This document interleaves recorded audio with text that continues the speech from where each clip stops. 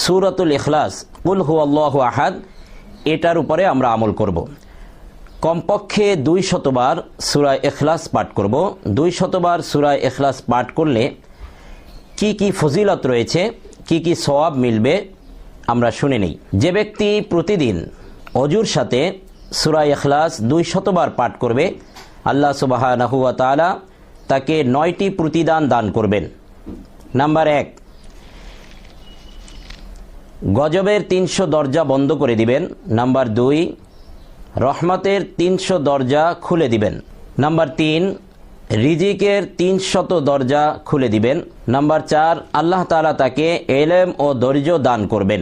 Number 5, 66 বার কোরআন খতম করার সওয়াব তার আমলনামায় দান করবেন। সুবহানাল্লাহি ওয়া বিহামদি। আল্লাহ রাসূল সাল্লাল্লাহু আলাইহি ওয়াসাল্লাম বলেছেন, সূরা ইখলাস কোরআন শরীফের 1/3 অন্য এক হাদিসে রয়েছে যে রাসূল সাল্লাল্লাহু আলাইহি ওয়াসাল্লাম বলেছেন যে 3 বার সূরা ইখলাস পাঠ করলে 1 খতম কোরআন মাজিদ তেলাওয়াতের সওয়াব পাওয়া যায়।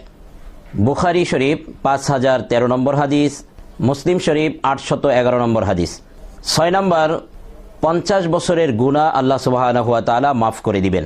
7 নম্বর, জান্নাতে তার জন্য 20টি বাড়ি নির্মাণ করা হবে, 20টি মহল তৈরি করা হবে, যেগুলো ইয়াকুত এবং জামরুদ পাথর দ্বারা তৈরি হবে। সহিহ আল জামে 6472 নম্বর হাদিস। রাসূলুল্লাহ সাল্লাল্লাহু আলাইহি ওয়াসাল্লাম বলেছেন, যে ব্যক্তি সূরা ইখলাস 10 বার পাঠ করবে, আল্লাহ সুবহানাহু ওয়া তাআলা তার জন্য জান্নাতের ভিতরে একটি মহল তৈরি করে দিবেন।